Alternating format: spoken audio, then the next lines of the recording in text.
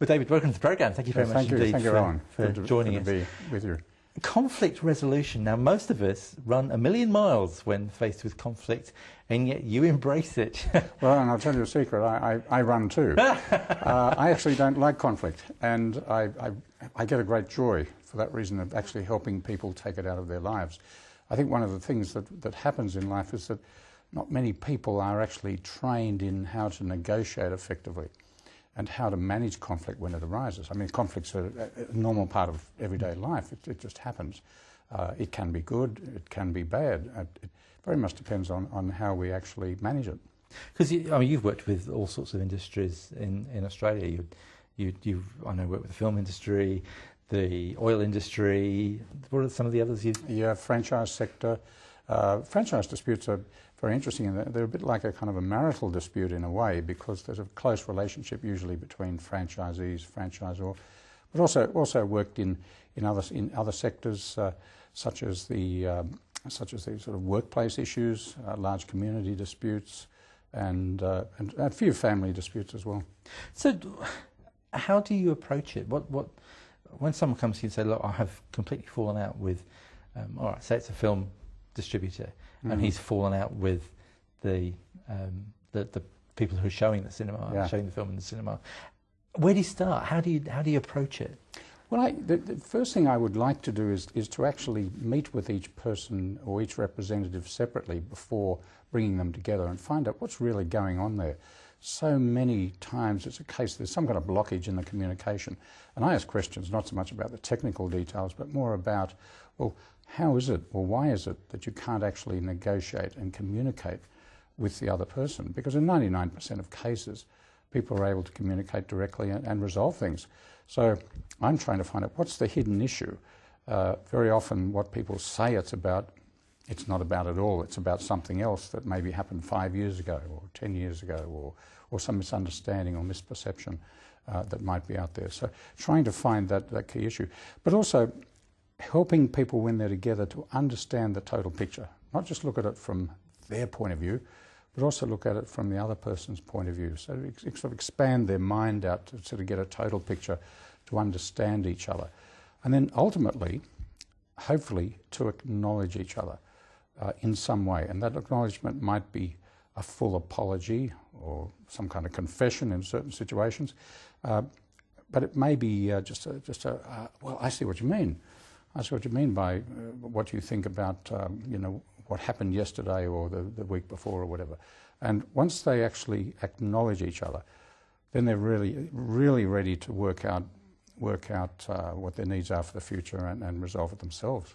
There must be times when you want to knock their silly heads together. Well, I had somebody watching me once who said, "I don't understand how you can put up with people being so stupid all day." That person did not go on to be a mediator, but yes, you are dealing with lots of different emotions. You're dealing with lots of sense of people's rights. You know how it is when we get into some kind of unpleasant situation. We think we have rights. We think, but that's fair. That it's fair to do it my way, and it's all their fault, and they're not being fair, and so forth. So we have this sense of rights, and one of the things I'm trying to do is to understand that, listen to that, let them express that, but also point them to what they think is good for the future for them. I had one case once where somebody had run a campaign against an oil company for 6 years, hadn't worked. His wife had gone back to work when she didn't want to work. The children had to change school. There was great dislocation in that family. And after I met him the first time, I said, "Look, is the way you've lived for the last 6 years the way you want to live for the next 6 years?"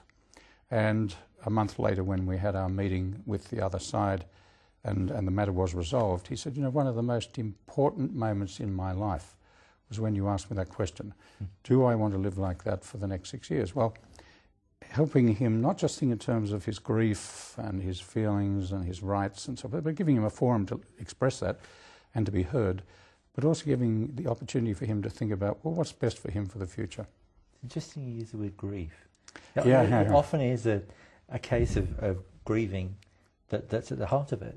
It is, and you see that in situations which I've felt with, say, franchisees who've lost their franchise or employees who've lost their job. There's grief at the loss, and some disappointment in the way the whole process was managed. So there are very strong feelings. You know, one of the interesting things is that people will not actually be able to be heard unless they listen to the other person first sometimes. You know, when two people are arguing or debating, they kind of miss each other because they're so desperate to be heard. So sometimes I coach one person to say, okay, just slow down, listen to the other person, state back to them in your own words what they're saying, help them to be heard, and then they will listen to you. Did you always want to do this? I've always had a background in negotiation, you know, in labour relations, industry issues, and then as a corporate lawyer. But I actually found a real desire I saw the benefit in doing this. I mean, the Bible encourages us to stay out of court, to resolve issues directly, particularly with other believers. And I could see the benefit of that for everybody. You know, it makes sense to resolve things quickly. And people can resolve things quickly. They just don't have the skills. I'm here at the invitation of Resolve, which is an Auckland-based organisation, which actually does help people learn the skills of how to negotiate, how to manage these difficult times in their lives. Because they conduct training, but they also send people in to help people who are in conflict, either in the family or at work or in other kinds of organisations. So there are resources available, and there are skills you can learn to do this. So I guess my career is dedicated to actually helping people negotiate when they can't do so effectively themselves.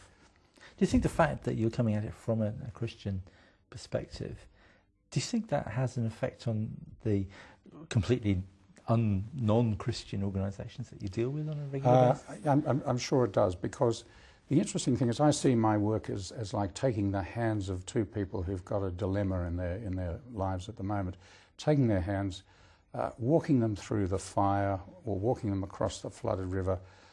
When they get to the other side where they're safe, letting go so that they can sort of walk on, hopefully with the opportunity to create a new future for themselves.